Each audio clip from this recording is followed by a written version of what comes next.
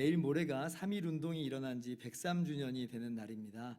일제 식민지 상태로부터 자주 독립하기 위해서 우리 민족이 자발적으로 전국 각지에서 대규모 비폭력 만세 운동을 펼쳤죠.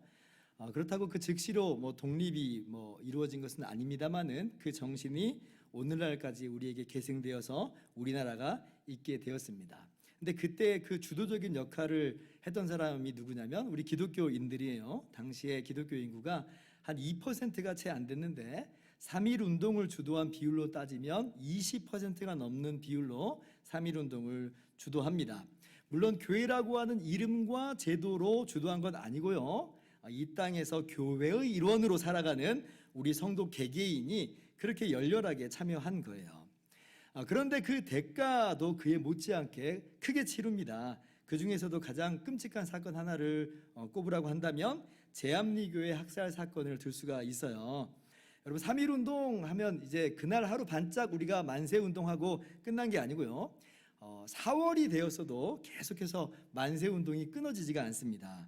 그러니까 이 독립운동을 억누르려고 하는 일제의 폭력적인 시도 역시 계속되는 거예요. 그러다 터진 게 제암리교회 학살 사건입니다. 일제 군대가요, 3.1 운동을 진압하면서 너무 심한 매질을 한 것을 사과하려고 한다면서 그렇게 제암리 주민 중에서 15살 이상의 남자들을 이 제암리 교회당으로 다 불러 모이게 해요. 오지 않는 사람은 직접 찾아가가지고 불러다 앉혀다 놓습니다. 그래서 다 모이니까요, 이 군대가 예배당 바깥에서 이 교회당을 향해서 집단 발포를 하는 거예요.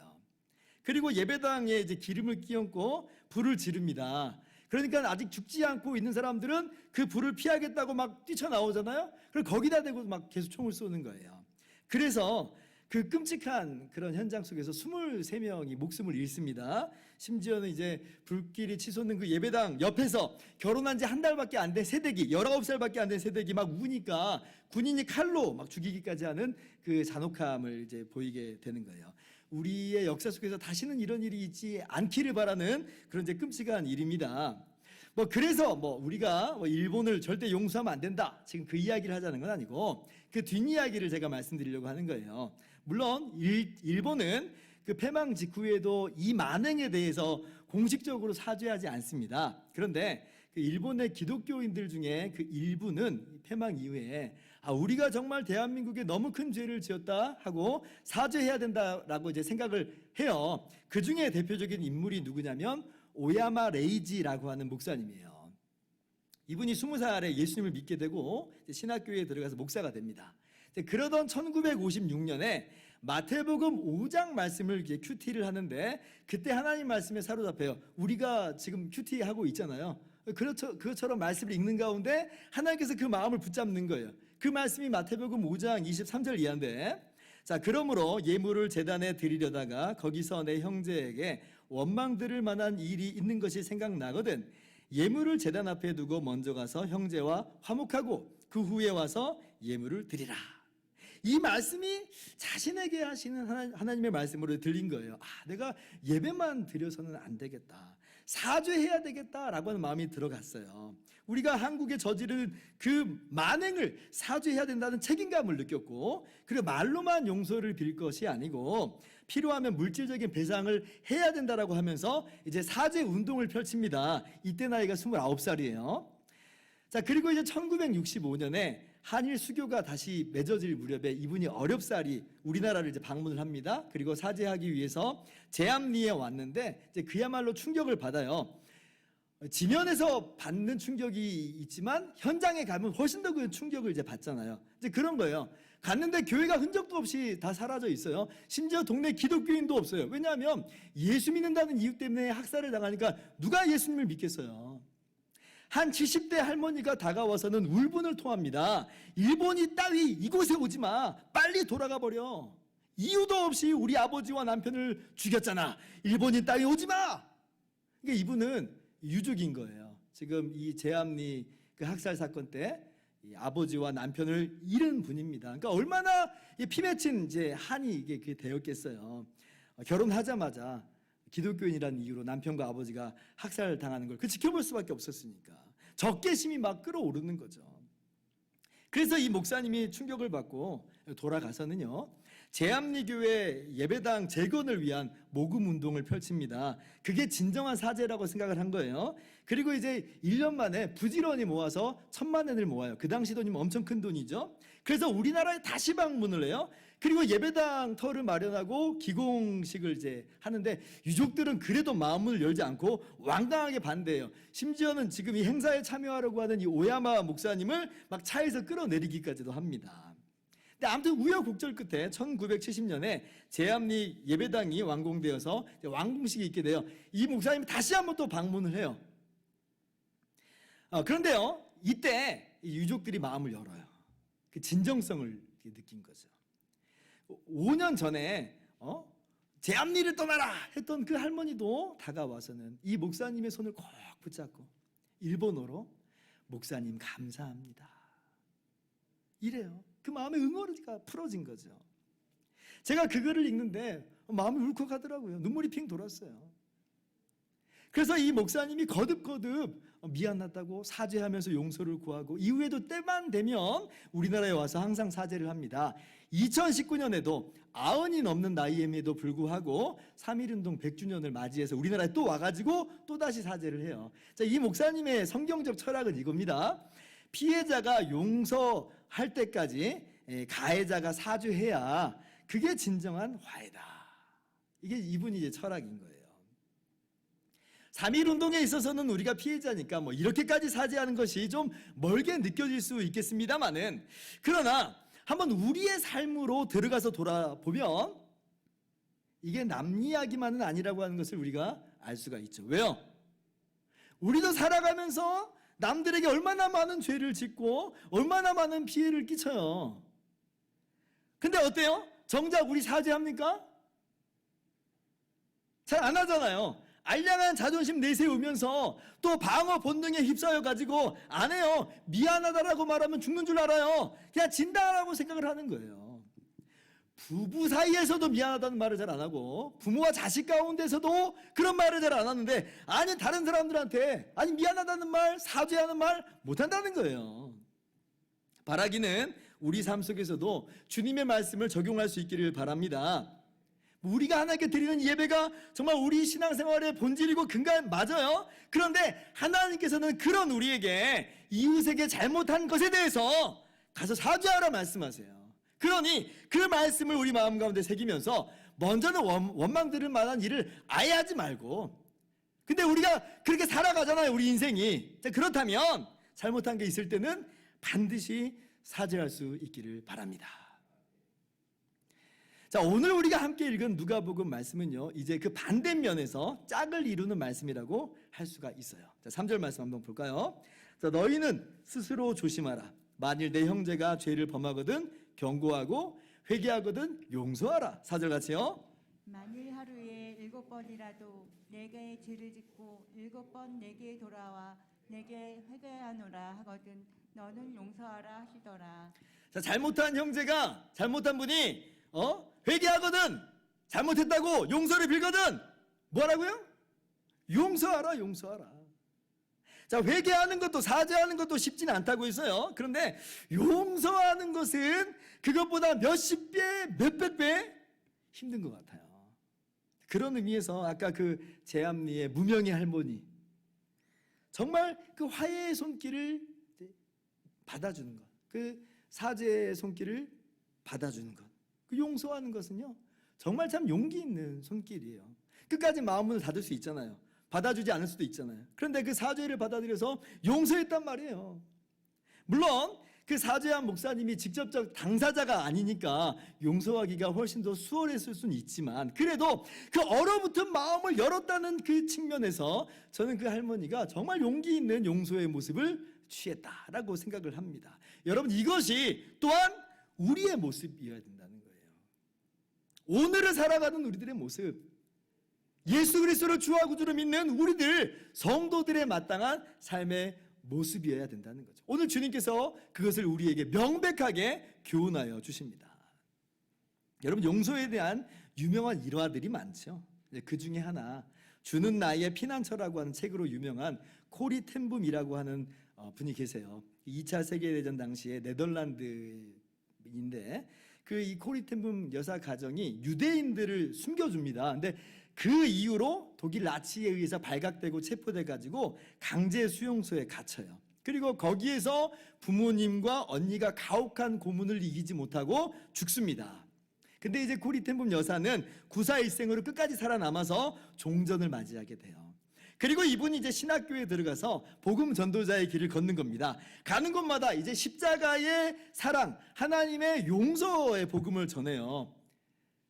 근데 하나님께서 어떤 마음을 계속 주시냐면 독일에도 가서 복음을 전하라고 하는 그런 마음을 주시는 거예요. 마음에 부담감이 있죠. 왜냐하면 독일 사람들이 자신의 부모님과 언니를 죽이고 자기도 그렇게 끔찍한 고문과 힘든 어려운 시간을 보내야만 했잖아요. 가기 싫지만 그런데 그 마음의 부담감을 하나님께서 계속 주시니까 독일로 갑니다. 그래서 이제 베를린에 가서도 이 복음을 전하는 거예요. 제가 한번 영상을 한번 준비해봤는데 잠깐 보았으면 좋겠습니다.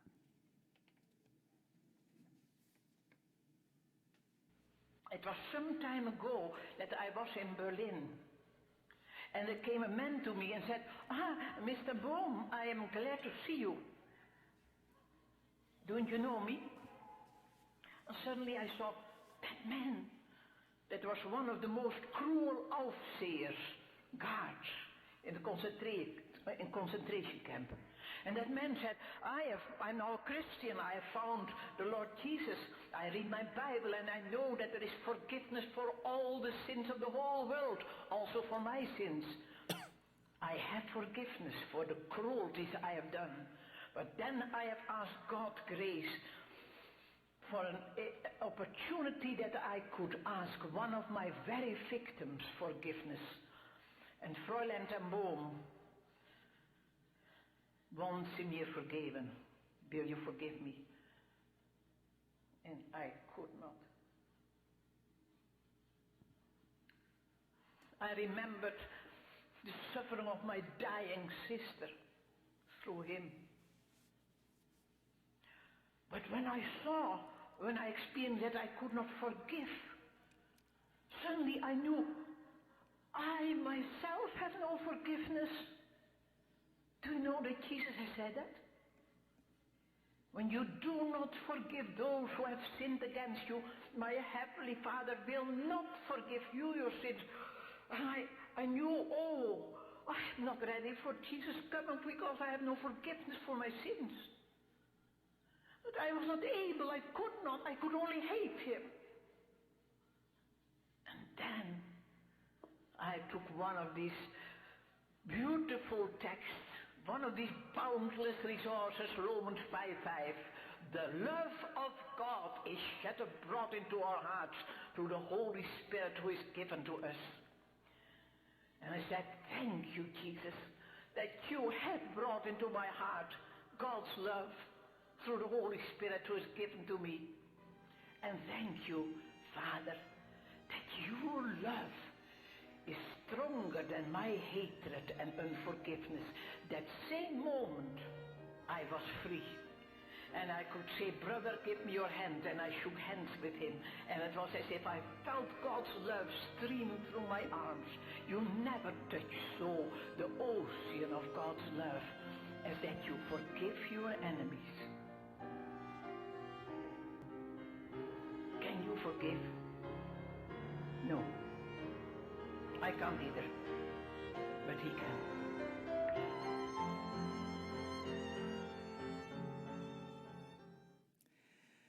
마지막 말이 참 인상적이죠. 가해자가 용서해달라고 손을 내미는데 당신은 용서할 수 있나요? 아니요. 나도 못해요. 나도 못해요. 그러나 그분이 하실 수 있습니다. 오늘 사도들이요, 회개하거든 용서하라. 그것도 하루에 7번이라도 너에게 죄를 짓고 너에게 돌아와 내가 회개하노라 하거든 너는 용서하라. 주의 말씀을 들었어요. 근데 이 말씀을 듣고는요, 이게 너무너무 어렵게 여겨졌나 봐요. 그도 그렇게, 아니 한두 번이면 용서할 수 있겠지만 7번이라니요. 7번이라니. 그것도 1년에 7번도 아니고 하루에 7번이라고 하니까 그건 무제한적으로 용서하라는 거잖아요. 그러니까 불가능하게 여겨졌던 거예요. 우리도 그러지 않겠습니까? 한 번 미안하다고 하면 그래 알았어 용서해 줄게. 그래요. 자, 두 번째 또 미안하다고 그러면 어때요? 이건 뭐지? 하고 그 진정성을 의심해요. 그럴 수밖에 없죠. 아니, 아까 미안하다고 한 사람이 바로 또 이렇게 한다는 게 말이 되느냐, 이렇게 생각할 수밖에 없는 거예요. 근데 세 번째 또 미안하다고 그렇게 한번 해본다고 생각해 보세요. 그럼 어떻게 우리가 생각해요? 네가 지금 사람이야 짐승이야? 우리가 그래요. 못해요 주님, 저는 못할 것 같아요. 이게 제자들의 마음이고요, 그게 우리들의 마음인 거죠. 그래서 나온 말이 5절이에요. 사도들이 주께 여짜오되 우리에게 믿음을 더하소서. 우리에게 믿음을 더하소서. 아니, 얼마나 엄두가 안 났으면 이렇게 구하겠어요. 이건 지금 우리 수준에서 할 수 있는 일이 아니라는 거예요. 코리텐범 여사가 하는 말이 바로 그거예요. 나도 못해요. 이거 우리가 할 수 있는 거 아니에요. 그런 마음이 덜컥 들어요, 우리도. 그런데 오늘 예수님께서 이어서 굉장히 의미심장한 말씀을 하십니다. 6절 말씀 같이 읽어볼까요? 시작. 주께서 이르시되 너희에게 겨자씨 한 알만한 믿음이 있었더라면 이 뽕나무더러 뿌리가 뽑혀 바다에 심기어라 하였을 것이요 그것이 너희에게 순종하였으리라. 여러분, 근데 좀 어색하게 여겨지지 않으세요? 우리가 이 말씀을 어떻게 이해를 해요? 어떻게 적용해요? 불가능을 가능하게 하는 믿음, 기적을 일으키는 믿음, 그렇게 이해하잖아요. 그래서 사방이 막히고 칠흑같이 어두운 그런 상황이라 할지라도 믿어라. 겨자씨 하나를 만한 작은 믿음일지라도 믿고 기도하면 하나님이 역사하신다. 우리 이렇게 적용해요. 그거 잘못되었다는 거 아닙니다. 저도 그런 마음으로 기도할 때가 많아요. 그리고 하나님께서 우리의 그 기도 가운데 믿음 가운데 역사하시고 때로는 우리가 생각하는 방향은 아닌지라도 더욱더 선하게 놀랍게 깊게 역사하십니다. 자, 근데 그럴지라도 오늘 배경하고는 이게 뭔가 안 어울리는 모습이에요. 그래서 어떤 분들은 오늘은 4절까지 딱 자르고 5절부터는 예수님께서 또 다른 이야기를 하시는 거다, 이렇게 여기시는 분들도 있어요. 자, 그런데 곰곰이 생각을 해보면 오늘 주님의 이 말씀이 얼마나 의미 있는 또 의미심장한 말씀인지 우리가 알 수가 있습니다. 자, 보세요. 제자들은요, 예수님께서 가르치시는 그런 용서를 하기 위해서는 어떤 사람이어야 된다고 생각하냐면 작은 믿음 가지고는 안 되고 뭔가 큰 믿음이어야 된다라고 생각을 한 거예요. 그러니까 믿음을 더해달라고 구한 거죠. 그런데 주님의 대답은 뭐냐면 큰 믿음이 용서하는 삶을 가능하게 하는 것이 아니라는 거예요. 그럼 뭐냐? 참 믿음이 용서를 가능하게 한다라고 말씀하시는 거예요. 만약 그 믿음이 참 믿음이라면 겨자씨 하나 같은 작은 모습이라 할지라도 그것이 역사하는 믿음이고 그것이 능력 있는 하나님의 백성의 삶을 가능하게 한다는 거예요. 그 믿음이라면 능히 용서할 수 있는 그런 삶을 살 수 있게 한다는 겁니다. 그러므로 우리는 여기서 우리의 큰 오해를 접어둬야 돼요. 용서는 위대한 믿음의 사람들이나 할 수 있는 거야. 위대한 위인들이나 할 수 있는 거야. 그런 마음과 그런 생각과 그런 자세에 접어둬야 돼요. 그러니까 어때요? 자칫 우리가 용서 못한다고 생각하는 거예요. 용서하지 못하는 이유, 하나님께서 내게 그런 큰 믿음을 안 주셨어. 그리고 핑계를 대요. 그래서 어때요? 실제로 용서의 삶과 무관한 삶을 살아요. 용서 없는 삶을 살아요. 그래놓고도 아무렇지도 않게 살아가요. 아무 부채의식이 없는 거예요.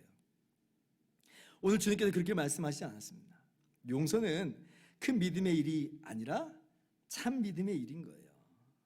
그래서 예수님의 말씀을 우리가 쭉 보면 신약 성경에 복음서에 보면 용서의 삶을 얼마나 강조해요. 근데 그게 특정한 인물들이나 위대한 인물들 보고 그렇게 하라고 말씀하신 게 아니라는 거예요. 제자들에게, 평범한 사람들에게, 믿는 우리 모두에게 이것이 마땅한 삶이라고 교훈하여 주시죠. 자, 다시 말한다면 예수님을 주와 구주로 믿는 우리는 능히 용서할 수 있는 사람들이 되었다고 오늘 주님께서 선포하시는 거예요. 아니, 어떻게 그럴 수가 있어요? 여러분, 다른 이유에서가 아닙니다. 우리가 사실 어떤 사람들이었어요? 우리가 사실 용서받을 수 없는 죄인들이었는데, 근데 예수님의 십자가 피로 거저 용서받았잖아요. 잘 생각해 보세요. 용서받을 수 없는 죄인들이었어요. 좀 괜찮은 사람이라서 자격이 있어서 용서해 주시는 게 아니고 우리가 그런 사람들이었다니까요. 용서받을 수 없는 죄인. 근데 주님께서 우리를 위해서 대신 십자가에서 죽으셨다. 여러분, 이것이 우리가 알고 있는 진리고 이것이 우리의 믿음이잖아요. 이게 큰 믿음과 작은 믿음의 문제가 아니라는 거예요. 이게 구원받는 참 믿음이에요. 이 믿음을 우리가 갖고 있어요. 자, 게다가 예수님을 믿은 이후에도 우리가 얼마나 많은 죄를 짓고 살아요. 그리고 그래서 하나님께 많이 회개하잖아요. 근데 자, 우리가 회개할 때마다 하나님께서는 예수 그리스도 안에서 변함없이 우리를 용납하여 주시고 용서하신 줄 우리가 또 믿어요. 이게 진리예요. 이게 우리가 갖고 있는 믿음이에요. 큰 믿음, 작은 믿음의 문제가 아니라 이것은 구원받는 참 믿음인 거예요. 자, 그렇다면 용서받을 수 없는 죄인이 용서함을 받았고 지금도 그 용서의 은혜를 변함없이 누리고 있을진데 우리에게 죄 짓는 사람들 회개하면서 용서를 구할 때에 용서 못하겠냐는 거예요. 예수님께서는 할 수 있는 믿음이 우리 가운데 있다라고 말씀하시는 거예요. 그래서 C.S. 루이스는 이렇게까지 말합니다. 크리스천이 된다는 것은 용서받을 수 없는 자를 용서하는 것을 의미합니다. 왜냐하면 용서받을 수 없는 당신을 하나님께서 용서하셨기 때문입니다. 지금도 용서 못해서 허우적거리는 우리들에게 죄책감을 심어주려고 하는 말이 아니라 용서라고 하는 것을 마치 딴 세상 이야기처럼 딴 사람 이야기처럼 생각하고 지레 포기하고 무시하면서 살아가기 일수인 우리를 일깨우는 그러한 명언인 거죠. 요점은 믿는 우리는요 용서해야 되고 용서할 수 있다는 거예요. 아까 고리텐분 여사도 보세요. 나의 미움보다 크신 하나님의 사랑의 위대하심에 감사합니다. 그 사랑을 받았기 때문에 할 수 있게 되었다는 거예요. 자, 뿐만 아니에요. 하나님께서 또 어떤 일을 우리 가운데 행하셨냐면 우리 안에 성령을 보내셔서 성령께서 우리 안에 함께 하시고 우리를 도우세요. 로마서 8장 26절입니다. 이와 같이 성령도 우리의 연약함을 도우시나니 우리는 마땅히 기도할 바를 알지 못하나 오직 성령이 말할 수 없는 탄식으로 우리를 위하여 친히 간구하시느니라. 자, 여러분, 여기서 우리가 마땅히 기도해야 될 바가 뭘까요? 뭘까요? 여러 가지가 있을 수 있지만 그 중에 하나는 주님께서 가르치신 주기도문에 나온 대로 우리가 우리에게 죄 지은 자를 용서해 준 것 같이 우리의 죄를 사하여 주옵시고, 아마 그거겠죠? 마땅히 기도해야 될 바, 우리가 우리에게 죄 지은 자를 용서하기를 원합니다. 이게 우리의 마땅한 기도예요. 자, 근데 우리 어때요? 그런 용서에 대해서 기도조차 못해요. 또 그렇게 용서한다고 기도 자리에 나오긴 했지만 이게 기도인지 지금 울분을 토해놓는 건지 알 수 없는 모습으로 우리가 그렇게 하나님 옆에 설 때가 많아요. 굉장히 연약한 모습이에요. 그런데 성령이 어떻게 역사하세요? 그 우리의 연약한 기도까지도 도우셔서 우리를 위해 간구하심으로 그래서 우리로 하여금 그 길을 걸어갈 수 있게 하신다는 말이에요. 어떤 분의 글을 보니까 그 기도 내용이 이래요. 하나님, 저 정말 그 사람 용서 못해요.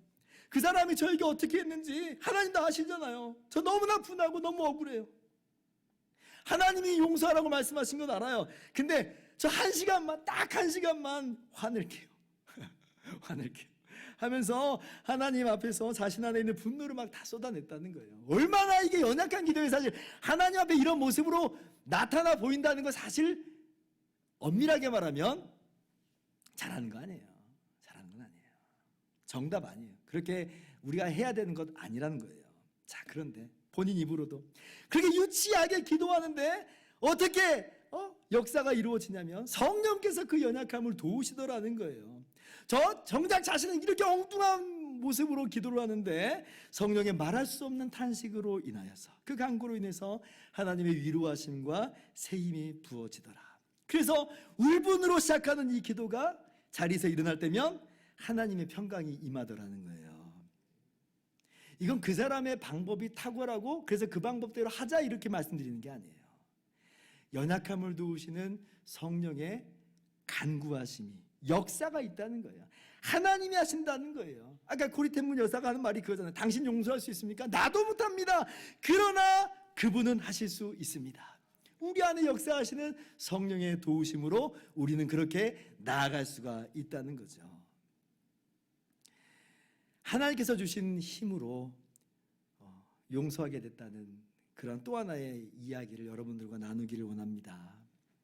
왜냐하면 사실 용서하라는 이야기도 우리가 너무나 잘 알고 있는 말씀인데 정작 우리가 우리 삶 속에서 녹여내지 잘 못하잖아요. 그래서 여러 사람들이 이야기를 하는 거예요. 이 사람의 일화는요, 2015년에 안젤리나 졸리가 영화 감독이 돼서 영화화 시키기도 했어요. 제목이 언브로큰이에요.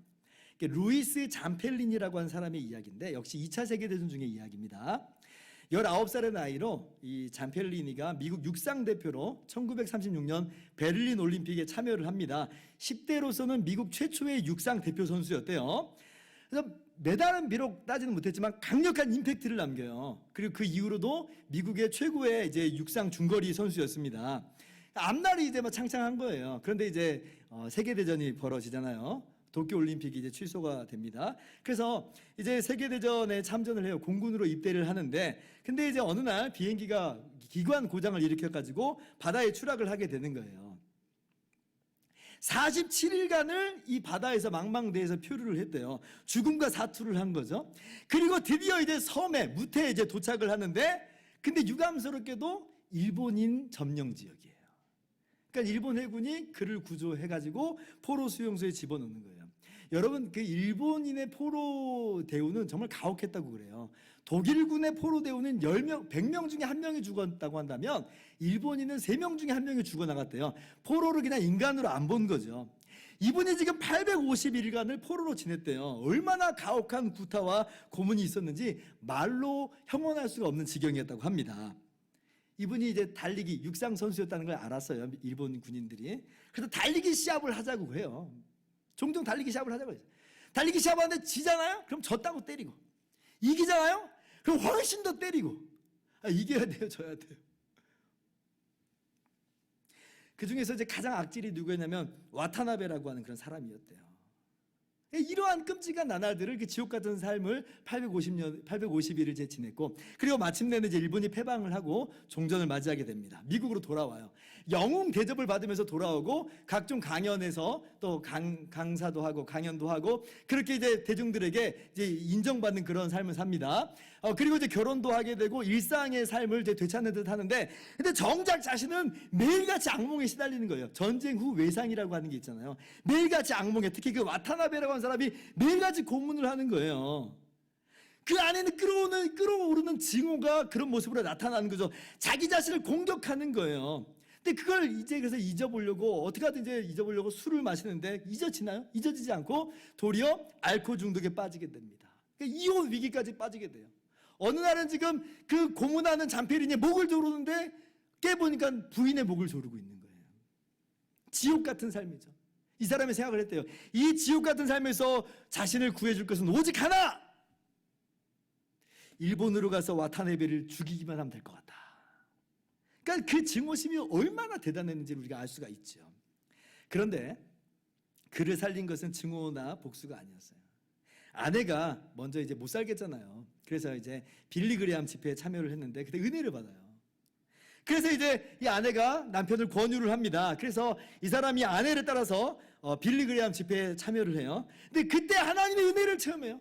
그래서 그때 기독교인이 돼요. 그래서 그때부터 증오와 복수의 이 지옥 같은 삶에서 벗어나기 시작을 하는 거예요. 사람이 완전히 바뀌기 시작했어요. 그리고 자신도 복음을 전하는 일을 감당해요. 자신의 일도 하면서 복음 전하는 일을 하는 거예요. 그래서 1950년에 일본의 선교팀의 일원으로도 갑니다. 그래서 그때 그 수용소에 그 악연들 있잖아요.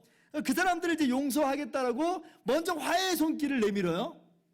근데 뭐 그 일본 군인들은 자기는 그런 적 없다고 발뺌을 하면서 잘 만나주지도 않습니다. 근데 보세요. 용서해달라고 말도 안 하는데 먼저 화해의 손길을 내미는 그런 모습까지 나아가는 거예요. 1998년에 일본 나가노 동계올림픽 때 성화봉송 주자로 초대를 받아가지고 성화봉송을 하게 됩니다. 그때 다시 한번 연락을 해요. 와타나베에게도 연락을 합니다. 근데 만나주지도 않고 거절을 해요. 보세요. 계속해서 용서하겠다고 먼저 화해의 손길을 내미는 그런 모습으로 나아가요. 이러한 경건한 신앙인으로 그렇게 쭉 살아왔다는 그런 이야기입니다. 여러분, 하나님이 하시는 일을 보세요. 복수 외에는 나를 회복시킬 것 없어 라고 피폐해져 버린 사람인데 하나님이 만나주시니까 회복이 일어나고 심지어는 화해의 손길을 먼저 내밀기까지 하는 그런 모습으로 변화되더라.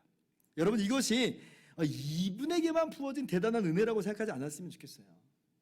이것이 용서받을 수 없는 죄인들 우리들에게 부어주신 하나님의 동일하신 은혜예요. 그러므로 용서는요, 뭔가 위대한 사람만 할 수 있다고 있는 게 아니에요. 용서받을 수 없는 죄인을 용서하신 하나님의 측량할 수 없는 은혜를 우리도 역시 받았기 때문에, 성령이 함께 하시는 역사와 도우심이 우리 가운데 있기 때문에 우리도 할 수 있다, 해보자 하는 거예요. 이것이 저와 여러분의 오늘 삶의 다짐이 될 수 있기를 바랍니다. 이제 말씀을 마칩니다. 날마다 회개하는 것 어렵습니다. 그러나 회개해야 돼요. 이걸 어물쩍 넘어가면 안 됩니다. 하나님께 회개하는 것뿐 아니라 우리가 잘못한 부분에 있어서도 다른 사람에게 용서를 구해야 돼요. 이 부분에 대해서 먼저 확실하게 해야 됩니다. 그래야지 그 사람 실족하지 않아요. 자, 그런데 회개하는 사람을 용서해 주는 것 더 어렵죠. 오늘 제자들이 엄두가 안 날 정도라고 했어요. 그러나 오늘 주님께서는 할 수 있다고 말씀하세요. 또 그게 당연하다고 말씀하세요. 10절 말씀 같이 읽어봅시다. 시작. 이와 같이 너희도 명령받은 것을 다 행한 후에 이르기를 우리는 무익한 종이라 우리가 하여야 할 일을 한 것뿐이니라 할지니라. 여러분, 이게 자랑할 만한 일이 아니라고 하는 거예요. 왜? 당연한 거니까. 다른 사람 보고 나는 하는데 너는 왜 그렇게 못해? 그렇게 핀잔 줄 일도 아니라는 거예요. 왜? 당연한 거니까 해야 될 일이라고 하는 거예요. 용서가 그런 겁니다. 용서는 먼저 하나님께 용서받은 우리가 마땅히 해야 할 일인 것뿐이에요. 할 수 있어요. 사랑하는 성도 여러분, 용서는 우리가 마땅히 해야 할 일입니다. 이 사실을 기억하면서 할 수 있다, 해보자 라고 하면서 주님의 은혜를 힘입어 이 한 주간을 살아가실 수 있는 저와 여러분 모두가 되기를 주님의 이름으로 축원합니다.